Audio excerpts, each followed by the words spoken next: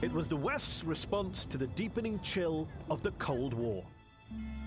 They were sworn to stand together against aggression. An attack against one would be an attack against all. This union of 12 nations became known as the North Atlantic Treaty Organization, or more simply, NATO. Or in the words of its first Secretary General, keep the Russians out, the Americans in, and the Germans down. Since its first so-called peace support intervention in the Balkans in the early 1990s, NATO has taken its lead from the US and carried out military operations in Afghanistan as well as Libya. Yet the Taliban are still in Afghanistan, Libya is in turmoil, and NATO is once again feeling the heat from an old foe. Russia's illegal aggression against Ukraine is the greatest challenge to Europe's security in a generation. I'm Mehdi Hassan, and I've come here to the Oxford Union to go head-to-head with Anders Fogh Rasmussen, the former Prime Minister of Denmark, who up until the end of 2014 was head of NATO. I'll ask him if Western interventions in Afghanistan and Libya have led to more security or more chaos, and to what extent NATO is responsible for a new Cold War with Russia. Tonight, I'll also be joined by Richard Sakwa, Professor of Russian and European Politics at the University of Kent and the author of Frontline Ukraine, Alexander Nekrasov, a former advisor to the Vladimir Putin government, and Ian Bond, a retired British diplomat who's now Director of Foreign Policy at the Centre for European Reform.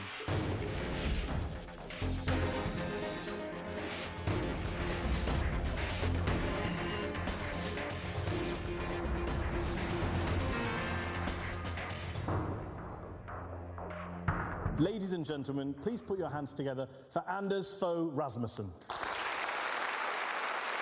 A supporter of the invasion of Iraq, he oversaw NATO's air campaign in Libya.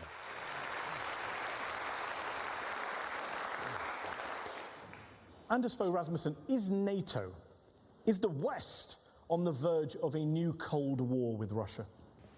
We are pretty close to a new Cold War because of Russia's illegal actions in Ukraine.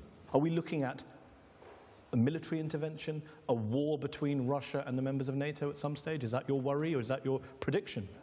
Not a war between Russia and members of NATO, but Russia is engaged militarily in Ukraine. Many of your critics would say there's a curious paradox here, that NATO, in a sense, now exists to manage the risks created by its own existence. Some would say that, for example, NATO's expansion into Eastern Europe since the fall of the Berlin Wall, that played a role in making Russia feel encircled, alienated, isolated, and prompted Russia to respond aggressively. NATO incited this action on the part of Russia. That's the accusation made against you. This feeling of encirclement is not justified.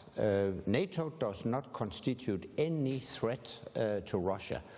No single ally of NATO has any intention to attack Russia. That was actually the new and positive thing after the end of the Cold War, that we got rid of that thinking that we have East and West in Europe.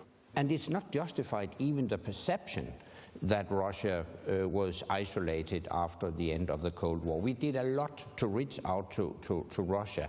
NATO, for instance, reached out to 1997, we adopted a joint document called the NATO-Russia Founding Act, and we allowed Russia to establish a permanent mission to NATO. They got access to NATO headquarters. Did you Russia membership of NATO? They didn't apply.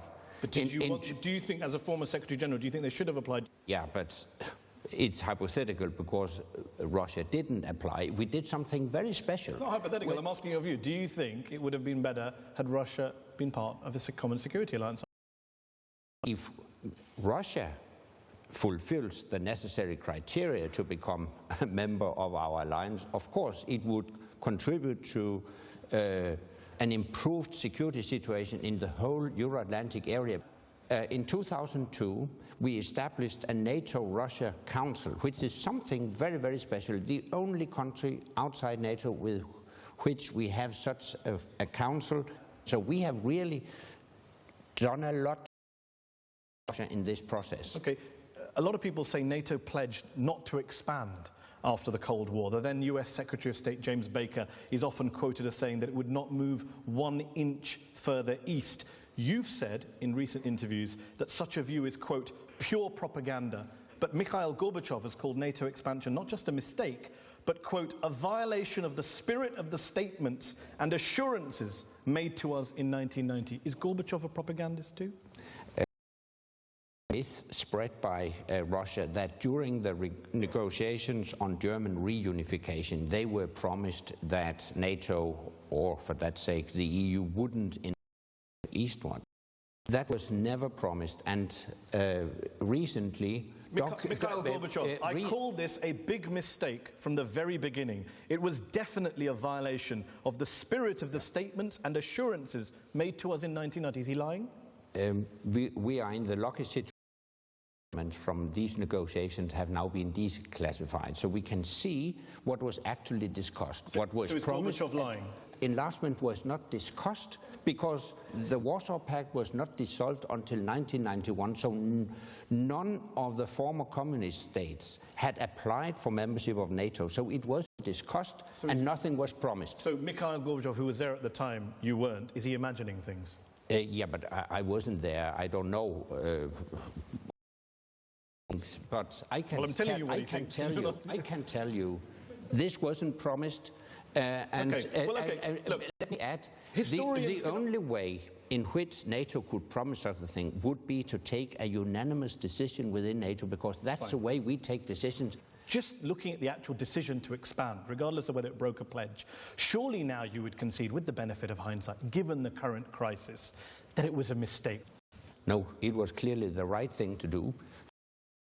Any role in the current crisis? For two reasons, it was the right thing to do. Firstly, because we have to recognize that each and every nation has the right to decide itself whether it will join. And secondly, because Russia has actually benefited from the zone of stability and prosperity we have created in Eastern and Central Europe. Okay. Richard Sakwa is a professor of Russian and European politics at the University of Kent. He's author of the new book, Frontline Ukraine, Crisis in the Border. NATO expansion actually helped and benefited Russia, Anderson. I mean, I agree that NATO has done an enormous amount of efforts to negotiate its enlargement. But in fact, Mr. Rasmussen, when he first became NATO General Secretary, made some very important speeches precisely identifying the key issue, and that is how to make Russia part of this expanding security system on the European continent. But it's quite clear it failed. And NATO ultimately, not because we were stumbled like sleepwalkers, as in 1914, into this global confrontation which could escalate far worse than it is today. Do you accept that there's no military solution to the crisis in Ukraine, that Western governments are not about to go to war with Vladimir Putin's Russia? Yeah, there's no military solution. The only problem is that President Putin thinks there is a military solution. NATO doesn't? We want a political solution. But NATO's been ramping up all sorts of military activities in the region. No, NATO as such is not in Ukraine. What we have done is to fulfill our core task to protect our allies. So we have reinforced NATO collective defense, among other things, reinforced air policing in the Baltic states, deployed vessels to the Black Sea and just to be very clear, very briefly, just to be very clear, if Vladimir Putin were to take military action or to send troops across the border into, say, one of the Baltic countries, which are NATO members, that would be war. Of course, we would have to protect our allies. That follows from our that an attack on one would be considered an attack on all. And there's been much condemnation, rightly so, of human rights abuses carried out by Russian-backed separatists in the east of Ukraine.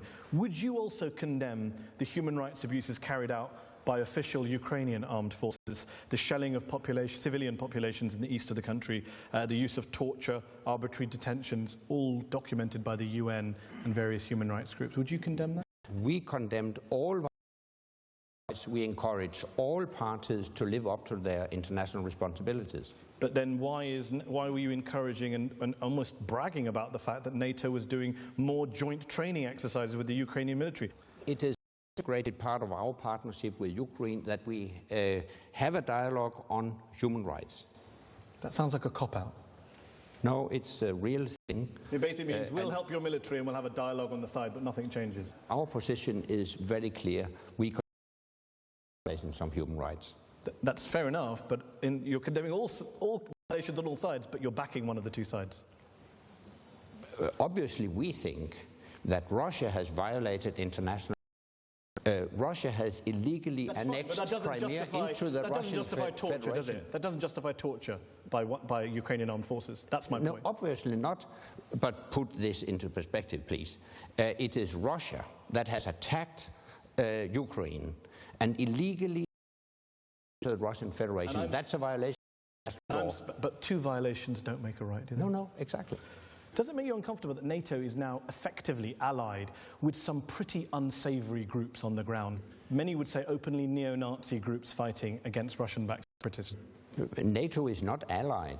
NATO does not deliver weapons to Ukraine for the very reason that NATO doesn't possess weapons. And capacities. That's your quote from last year. Yeah, but that's training activities. Okay, so let me rephrase the question. Does it bother you that you're training people who may be working with neo-Nazis?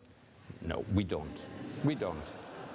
USA Today did a big report on the Azov battalion, 900 members strong. Their symbol is borrowed from the Waffen-SS. They're on the front of the fighting. Yeah, but we don't cooperate with Nazis. Does that bother you? Let me stress that. Okay, does that bother you that there are groups with neo-Nazi insignias fighting on the is the Russian propaganda. But the Russian propaganda, USA Today, last time I checked, was not a Russian propaganda. It was an American center-right newspaper. Yeah, but let me stress once again, we do cooperate with Nazis. Coming up on Head to Head. NATO and the European Union, mostly America,